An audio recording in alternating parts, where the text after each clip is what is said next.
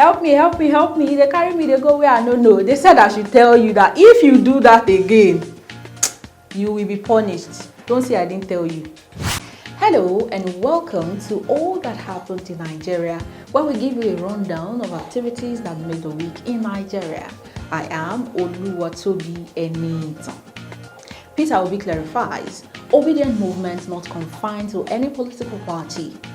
Peter Obi, the Labour Party presidential candidate in the 2023 election, has asserted that the Obidient movement is not confined to any single political party.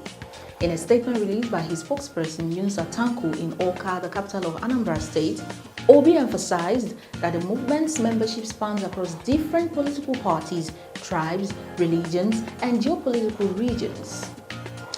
A cross-section of people have attributed obedience and their agitation as being bitter, sentimental people standing against the peace and unity of Nigeria. Is that the case? Obedience, this question is over to you guys. Court finds multi-choice 150 million naira, orders free subscription for Nigerians. The Competition and Consumer Protection Tribunal (CCPT) in Abuja has imposed a fine of 150 million naira on MultiChoice Nigeria Limited for contempt of its jurisdiction. The tribunal also mandated that MultiChoice provide Nigerians with a 1-month free subscription of its DSTV and GoTV services. The tribunal's decision came after an expert motion was filed by legal practitioner Festus Onifade on behalf of MultiChoice subscribers. The tribunal, led by Saratu Shafil, unanimously found MultiChoice guilty of violating its order and issued a punitive measure accordingly. Hey. Okay, so let me go and call upon my neighbors and tell them to get ready because 1 month they would enjoy free subscription. Moving on. IMF predicts Nigerian economy to reach $1.85 trillion by 2029. The International Monetary Fund, IMF, has forecasted that Nigeria's economy will expand to $1.85 trillion by 2029. Based on purchasing power parity (PPP) terms, this projection indicates a significant growth trajectory for the country's economy over the next 5 years, with the gross domestic product (GDP) in PPP terms expected to rise from $1.36 trillion in 2023 to $1.85 trillion by 2029. IMF, please, I may not be speaking for the entire population in Nigeria. While these may be cheering news, I think what the entire population needs and wants now is immediate solution to their problems. Atiku accuses federal government of secret fuel subsidy payments.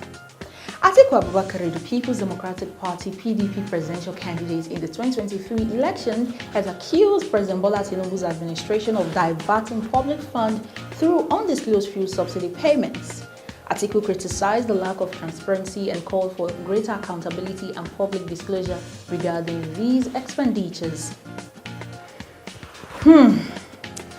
While it is always easy to criticize from the other side of the divide, the presidency has denied this allegation, but we are hoping that we will catch them red-handed. Then we will now know what to do. Court orders bribery charges against Ganduje to be published in newspapers. A Kano State High Court has directed that bribery charges against former Governor Abdullahi Ganduje be served through publication in 2 national newspapers. This order, issued by Justice Amina Aliyu, follows an application by Zaradin Kofa Mata, representing the state government, to ensure that Ganduje and his co-defendants are duly notified of the charges. The charges, stemming from the widely circulated video allegedly showing Ganduje accepting bribes, will now be pursued through the court's directive for substituted service. We Guguma saw the video where he was collecting the dollar and putting it in his babariga. Well, I won't say much. Let the law take its course. Senate advances bill to ban open grazing amidst heated debates. The Nigerian Senate has passed for second reading a bill seeking to ban open grazing and establish a national agency for regulation and management of ranches. Sponsored by Senator Titus Zam of the APC, the bill has sparked intense debate among lawmakers, with some northern senators opposing the measure.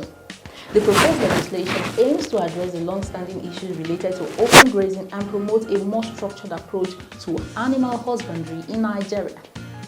You all need to see the debates on the floor of the Senate. Lawmakers engaged in heated debate. There was a part even where the Senate president was even challenging a lawmaker, saying that cows are not citizens of Nigeria. You need to see the video.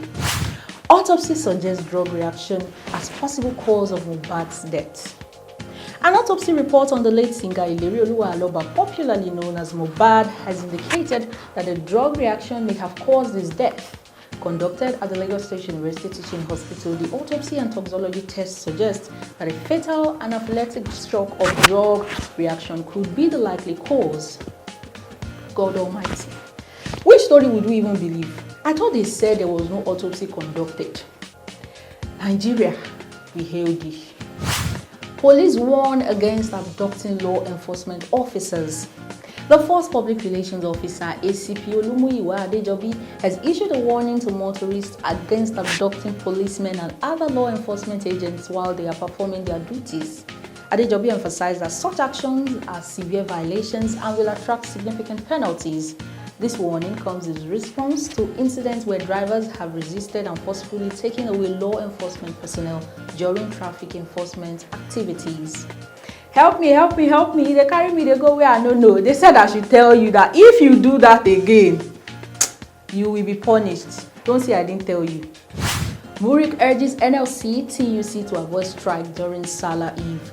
The Muslim Rights Concern Murik has advised the Nigerian Labour Congress and the Trade Union Congress TUC against embarking on a strike on the eve of the Salah holiday. In a statement, Murik's Executive Director Professor Ishaq Akintola urged the unions to consider the timing of their actions to allow for a peaceful celebration of Eid al-Kabir. NLC, they said I should warn you people, don't go on strike. Let our Muslim brothers and sisters enjoy their Salah holiday. Federal government releases standard lyrics for reinstated national anthem. The federal government, via the National Orientation Agency, NOA, on Wednesday unveiled the approved version of the reintroduced national anthem. The NOA emphasized the importance of paying close attention to the lyrics, particularly the words in line 3 and 5 of the anthem. Nigeria, we hail thee, our own dear native land. Though tribe and tongue, I've taught you how to sing it. Go and learn it. In brotherhood we stand. Nigerians all are proud to serve our sovereign motherland.